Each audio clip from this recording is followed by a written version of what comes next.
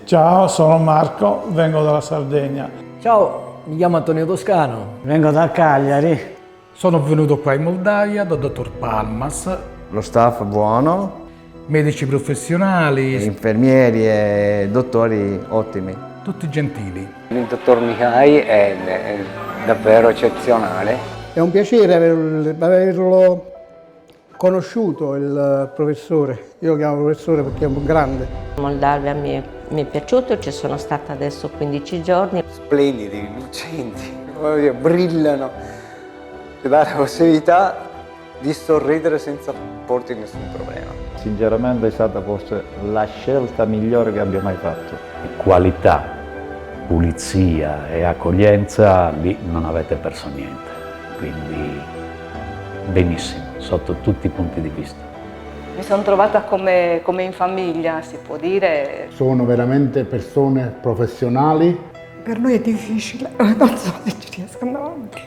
Sono contento, proprio ho raggiunto il mio obiettivo, mi piacciono, mi sono trovato abbastanza bene sia nella clinica che nella logistica.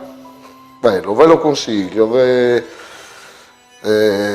una clinica super. La clinica è spettacolare sia come personale e sia come struttura. Bella gente. È un concetto di clinica differente, tutto molto alla luce del sole, cosiddetto, ma questo è buono, vuol dire che non c'è niente da nascondere.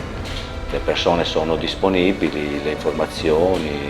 Sono venuti qua in Moldavia, dove davvero penso veramente di non pentirmene mai, perché ho trovato del personale veramente qualificato, dove tutti quanti mi hanno fatto sentire a mio agio. I medici, ma tutti quanti, logistica. Sono tutti dei ragazzi veramente di cuore, è come se stai in una famiglia, veramente. Ve lo consiglio veramente a tutti, se avete dei problemi ovviamente come li ho avuti io, come li ha avuti la mia amica, e di venire qua perché vi sentirete in famiglia. Mi sono trovato molto bene perché ho trovato un ambiente familiare.